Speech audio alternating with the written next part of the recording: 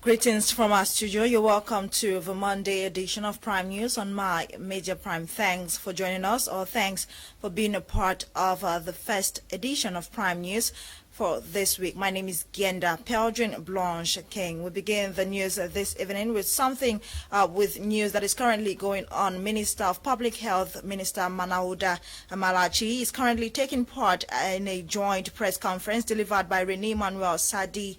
Also present is the General Delegation of National Security. The press conference focuses on the situation of COVID-19 in Cameroon.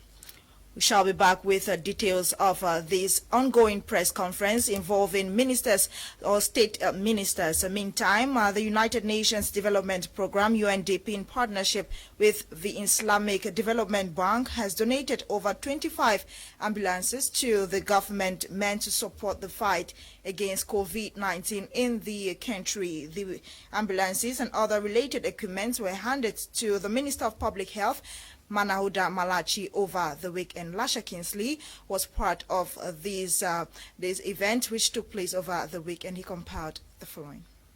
Cameroon's Public Health Minister, Dr. Henrietta Tachanshan, over the weekend received on behalf of the government of Cameroon the first consignment of 10 out of 25 ambulances intended to strengthen the health system and COVID-19 response plan in Cameroon. Wonderful cooperation, because it's the financement of the government of Cameroon through the bid, I think.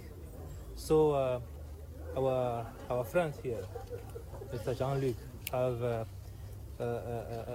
due diligence to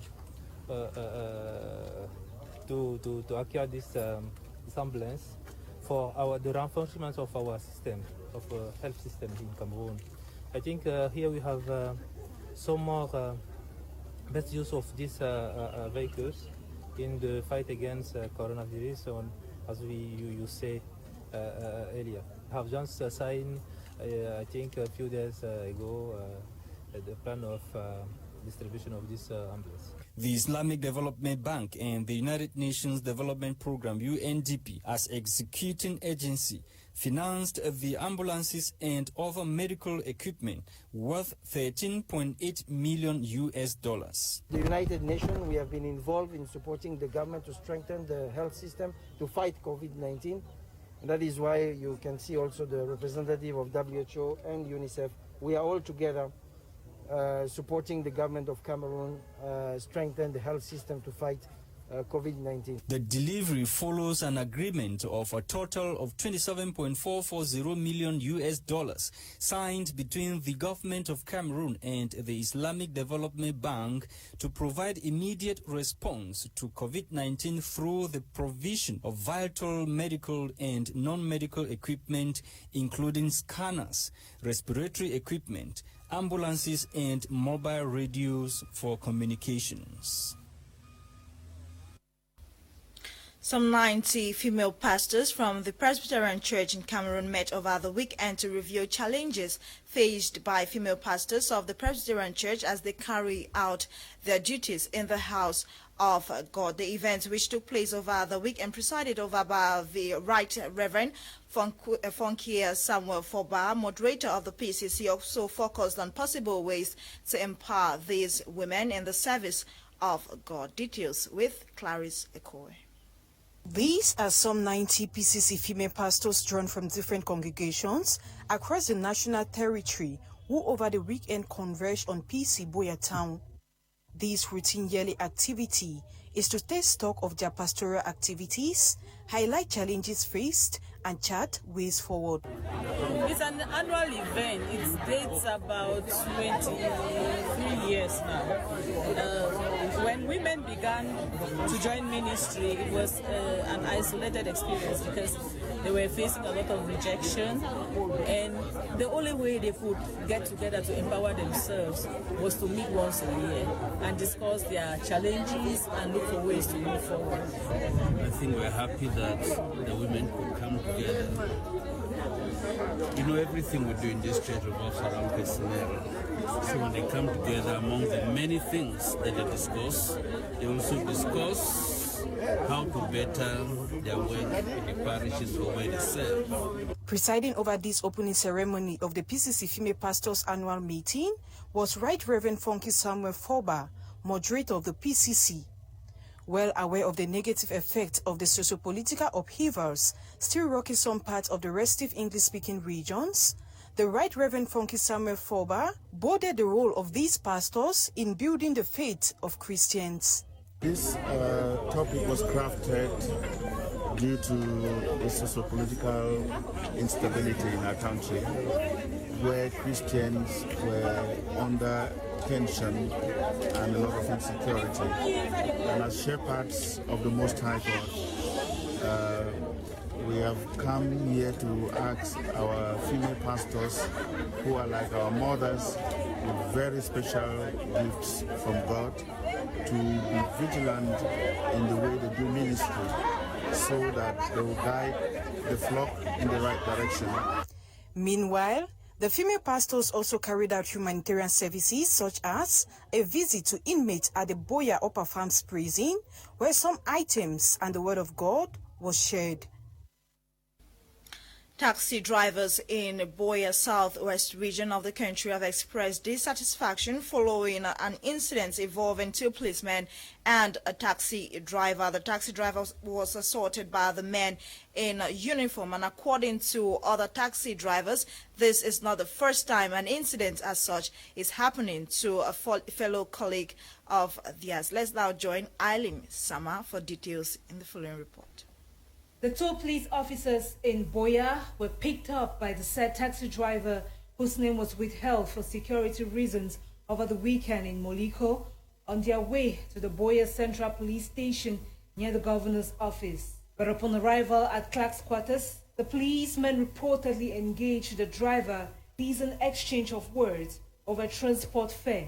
As the story goes, in the midst of the verbal exchange, the driver lost control of the steering, plunging the car into a small valley after the policemen attempted aggressing him as well. The incident, which occurred on Saturday night, has sparked an uproar by taxi drivers in Boya, chief town of the southwest region, worried about the whereabouts of their friend, said to be under police custody after the incident.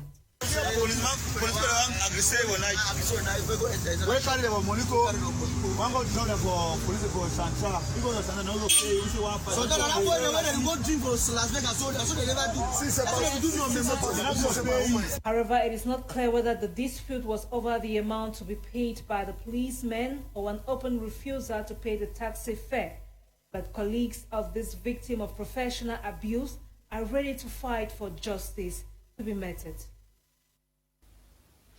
Humanitarian, life coach, and marriage counselor Henrietta Tachanshan is no more. Her death was announced on Saturday, leaving her over thousands of followers short of words. She finally gave up after a long illness that got her bedridden for over a year. Details in the following report. The news of Henrietta Tachanshan's death broke the internet on Saturday after over 1 year of health crisis. The philanthropist, life coach, and humanitarian has supported many individuals who found themselves in life-threatening conditions or at the point of giving up. Henrietta Tachanshan, fondly called Mommy Tacha, fought for justice, justice which many enjoyed due to her pushful and selfless spirit. She battled with cancer from late 2019 till her demise. She's known for calling out unscrupulous individuals and amending issues between couples. She was equally a blogger, running Henrietta Tachanshan's launch on Facebook with multiple awards for her contributions to nation building. During the 2020 edition of the 237 Heroes Award, she was nominated in the category of Impact Social Advocate and Impact Blogger, where she won in the category of Impact Social Advocate. Henrietta Tachanshan was born on November 24, 1975 in Limbe, to the family of Henry Tem and Paulina Ambuntem, first out of 6 children. She finished her primary school in 1988, completed secondary to high school from 1993 to 1995 when she obtained her A-level in Secretarial Administration and Communication Skills. She had her HND in 1998 and applied for a master's program with the University of Douala in 2008. He finally graduated with a master's in business administration in 2011. He leaves behind 2 biological children and hundreds of adopted kids alongside her parents and fans to mourn her. Fans of Goodwill have raised funds on several occasions to support her during her trying times, but that was all it was. Like she cried during her last post on February 7, 2020, "I pray for strength to fight till the end. Lord, let thy holy will be done." As it pleased the Lord, she took her last breath in the afternoon of Saturday, February 27, 2021. May her soul rest in peace. You're watching verse 6:30, Prime News on My Media Prime. The steering committee in charge of following up electrification in underserved zones in Cameroon has adopted a budget of 30 billion francs CFA for 2021. The amount will be used to kickstart projects geared towards electrifying 6 regions with insufficient power supply in the country. At least 72 localities will benefit from the initiative in the northwest and the southwest regions of the country. Details in the following report. The Rural Electrification and Access to Energy in Underserved Areas project in Cameroon, Peraz, focuses on facilitating electricity access in the far north, north, Adamawa, east, northwest, and southwest regions of Cameroon. At least 687 localities are targeted for electrification, which will positively impact more than 350,000 homes. This project will have a huge impact. This means that even when the project ends, the Rural Electrification Agency will continue to accelerate electricity supply by connecting homes in need.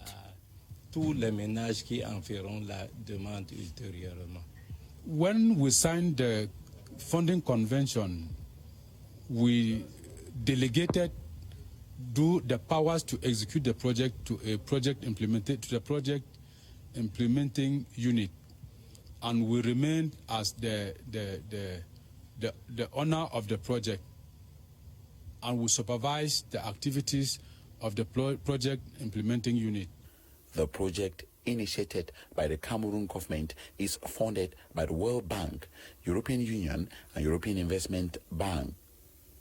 And we know that this project is a very good project for the government. It's also an important project for the World Bank, that it gives access to people, to electricity, and this will improve their lives and give them some means to have some revenue. Electricity supply will be done through grid extension and mini-grid systems. The project supports the commitment made by the EU and the World Bank to be global partners in promoting and implementing the 2030 Agenda and Sustainable Development Goals. Thanks, Bo Elvis, for that report. Ex-students of Government Bilingual High School Mancon, dubbed Hollywood icons, met over the weekend in Douala for a fundraising come together to support their alma mater affected by the ongoing socio-political crisis in the northwest region of the country. The association equally installed newly elected executives to head the union for the next 2 years. Our reporter, Fon Quinta, was part of this event. She compiled the following. Swear. I do solemnly swear to respect, observe, and protect the Constitution of Hollywood Icons. To observe, respect, and honor the Constitution of Hollywood Icons. Transparency, accountability, and equality are some of the promises made by the newly elected executives of the ex-students of Government Bilingual High School Mancon, dubbed Hollywood icons. To expect from my administration some high degree of accountability, transparency, equality, as well as gender equality.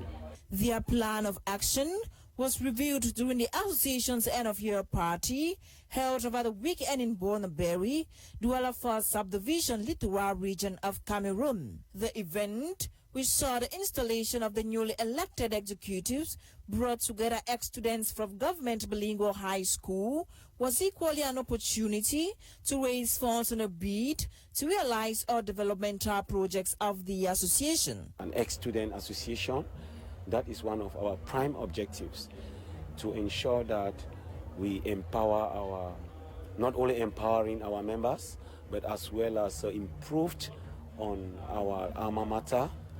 And as of now, it is a pity or with sadness that as we speak, our alma mater is in ruins. Meeting at a time when their alma mater is in ruins, with students not going to school as a result of the ongoing Anglophone crisis, the ex-students from government bilingual high school Mankan promised to empower kids affected by the crisis.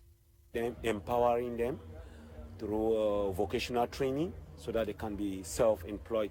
Considered a remarkable reunion as they met after several years of separation, the Hollywood icons were called upon to remain pace-setters, thus raising the morale of their institution.